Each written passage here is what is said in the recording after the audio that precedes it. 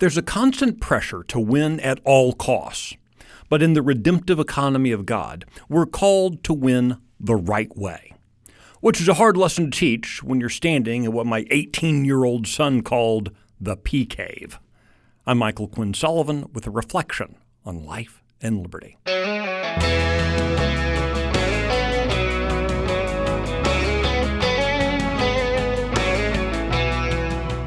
Few biblical vignettes puzzled me more over the years, and that found in 1 Samuel 24. Let me try to set the stage. King Saul and his men were chasing David, knowing David was ordained by God to be Israel's ruler. David and his men fled into the wilderness region known as En-Gedi and were hiding in a cave. It was into that very cave that King Saul entered to relieve himself. This is why my son called it the pea cave when we were there a couple of months back.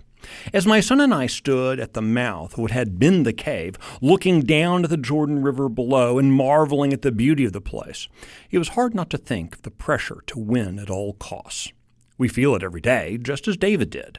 Hiding in that cave, David and his men conspired about the opportunity to attack Saul. How easy it would have been!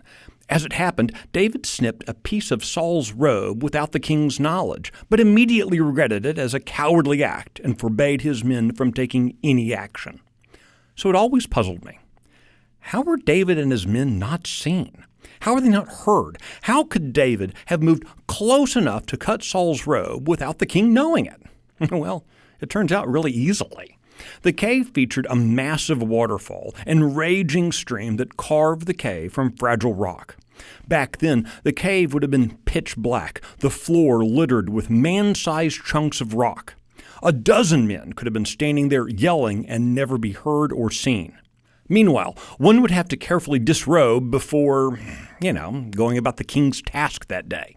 When you stand there, it all makes perfect sense. While Saul was a dishonorable king, David didn't want to begin his own kingship in a dishonorable way.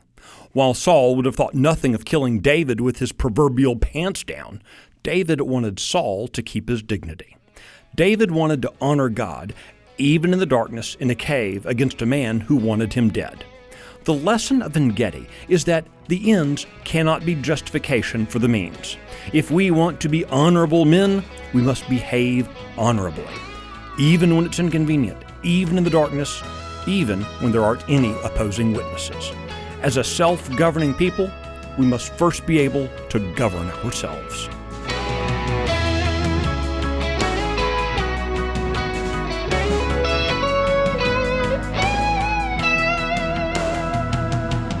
If you like the Reflections podcast, be sure to subscribe, rate it, leave a review, and encourage your friends to listen. The Reflections podcast is presented by Texas Scorecard and was produced today by Luke Marshall in the 1836 studios.